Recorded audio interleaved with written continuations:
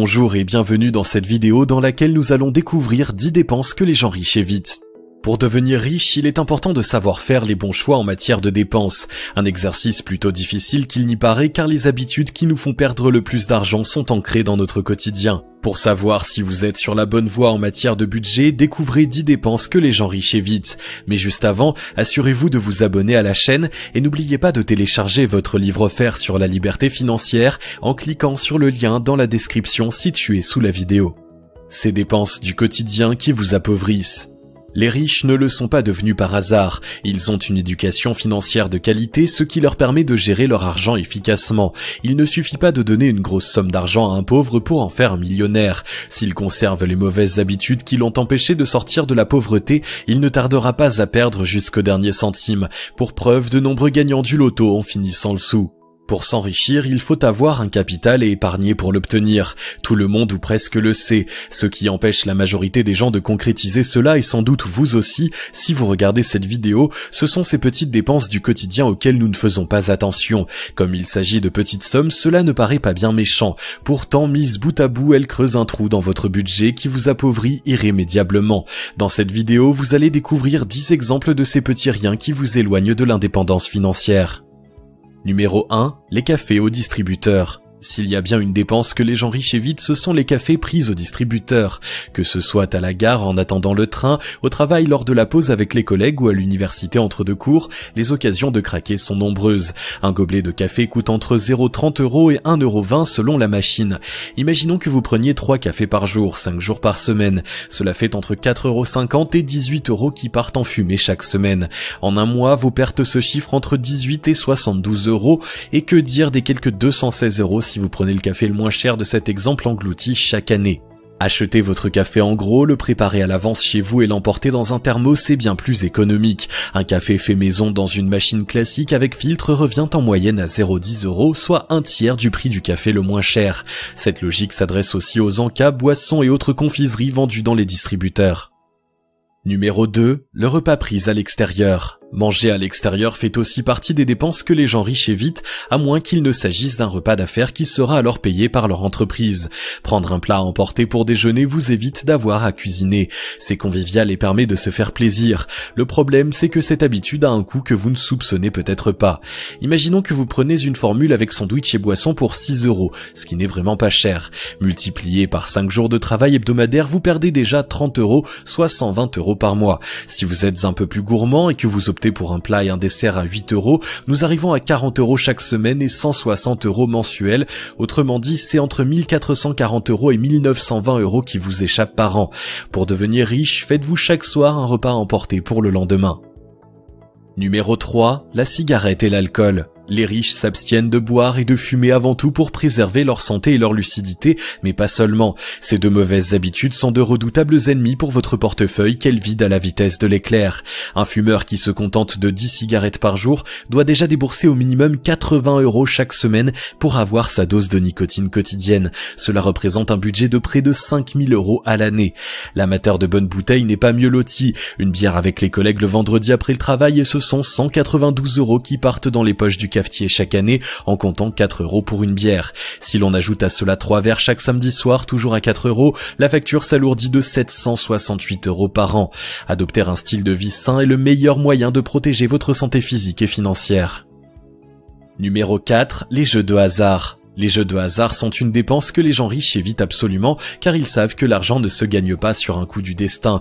Ils ont compris que chacun est maître de sa propre vie et qu'il est vain de compter sur l'action d'une puissance supérieure sans faire le moindre effort pour voir son compte en banque se remplir. S'ils participent à une tombola ou prennent un ticket pour un tirage au sort, c'est uniquement lorsque ces événements sont organisés au cours de galas et de charité et les fonds récoltés destinés à des œuvres de bienfaisance. Le seul contact que les millionnaires ont avec les jeux de hasard, c'est lorsqu'ils investissent dans un casino ou créent un nouveau jeu. Comme ils ont compris que c'est toujours la banque qui gagne, ils préfèrent tenir le rôle du vendeur de tickets et laissent aux pauvres le soin de dépenser leur argent en pure perte. Numéro 5. Les abonnements superflus. Les abonnements superflus font partie des dépenses que la plupart des gens font sans avoir l'impression de perdre de l'argent. Pourtant, dans la majorité des cas, ils utilisent peu le service pour lequel ils paient ou n'en ont pas un besoin essentiel. Voici quelques exemples parmi les plus courants. L'abonnement télé pour les 150 chaînes que vous ne regardez jamais, celui pour la salle de sport où vous allez une fois par mois, le forfait téléphonique avec 2 fois plus de gigas que vous n'en consommez vraiment au cas où, etc.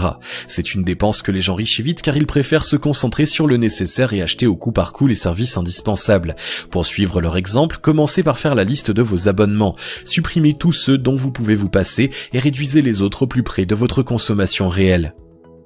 Numéro 6. Les assurances en double. Voici une autre dépense pour laquelle les riches ne se font jamais avoir, contrairement à la majorité des pauvres, les assurances. Les prestataires de services rivalisent d'ingéniosité pour vous faire prendre des garanties payantes alors que vous possédez souvent une assurance habitation ou une responsabilité civile qui les couvre déjà. L'assurance scolaire pour les enfants, qui sont déjà protégés par celle de leurs parents, en est un très bon exemple.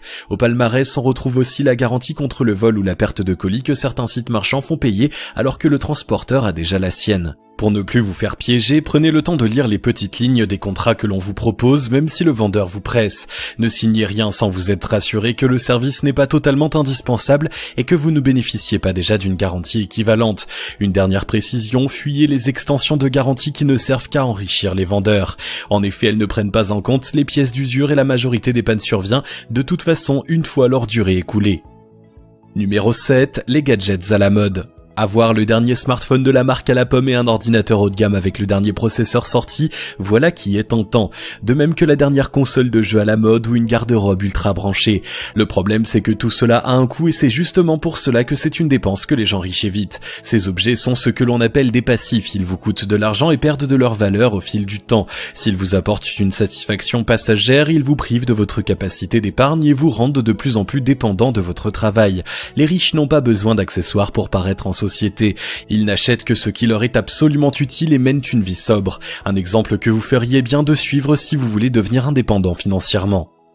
Numéro 8. Les vêtements branchés. Dans la même veine, les personnes à succès ne gaspillent pas leur argent dans des vêtements branchés. Elles savent que la plupart des marques populaires ne font que revendre hors de prix des vêtements de basse qualité fabriqués en Asie, sur lesquels elles se contentent d'apposer leur logo. Ils préfèrent investir dans des basiques intemporels et sobres fabriqués par des marques locales reconnues pour leur qualité.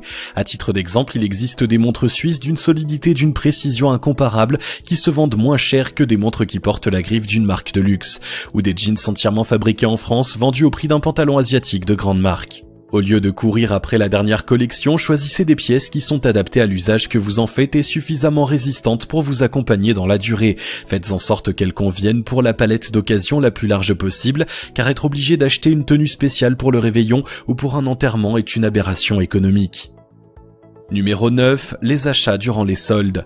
La plupart des gens pauvres attendent les soldes pour faire leurs achats. Ils sont persuadés de faire de bonnes affaires en payant moins cher des produits qu'ils ne peuvent pas forcément s'offrir le reste de l'année. Pourtant, les riches qui cherchent toujours à optimiser leur budget évitent d'acheter des produits soldés.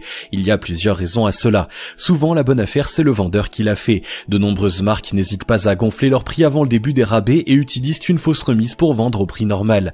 D'autres font fabriquer des stocks de produits de moindre qualité spécialement destinés aux soldes. Mais le vrai problème de cette période, c'est que l'afflux de réduction vous pousse à acheter plus que vous ne l'avez prévu au départ. En temps normal, si vous avez un budget de 20 € pour acheter des t-shirts, vous allez faire attention à ne pas dépasser cette somme. En période de solde, vous serez plus facilement tenté d'accumuler les achats à 2 ou 3 € pour finalement repartir avec une facture de 25 ou 30 €. Moralité, achetez ce dont vous avez vraiment besoin au moment où vous en avez besoin et vous ferez des économies.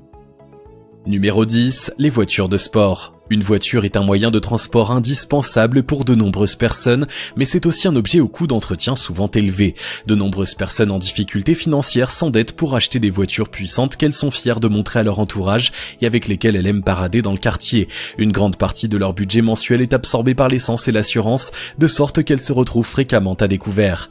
C'est une dépense que les gens riches évitent. Les vraies personnes à succès préfèrent louer des véhicules ou achètent des automobiles adaptées à leurs besoins, sans signe de luxe ostentatoire.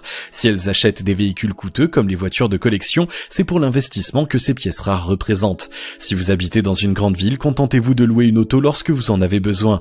En périphérie, optez pour une occasion de bonne qualité qui pourra vous amener du point A au point B en vous coûtant le moins cher possible. Vous savez maintenant quelles sont les dépenses que les gens riches évitent et pourquoi. Si vous vous retrouvez dans une ou plusieurs de ces habitudes de consommation, vous devez avoir conscience que vous perdez de l'argent et qu'elles vous éloignent de la liberté financière. Cela vous convient? Eh bien tant mieux, vous pouvez fermer cette page et aller acheter un burger au fast-food du coin dans vos baskets dernier cri. Mais si la liberté financière vous intéresse, vous savez ce qu'il vous reste à faire, le choix dépend entièrement de vous.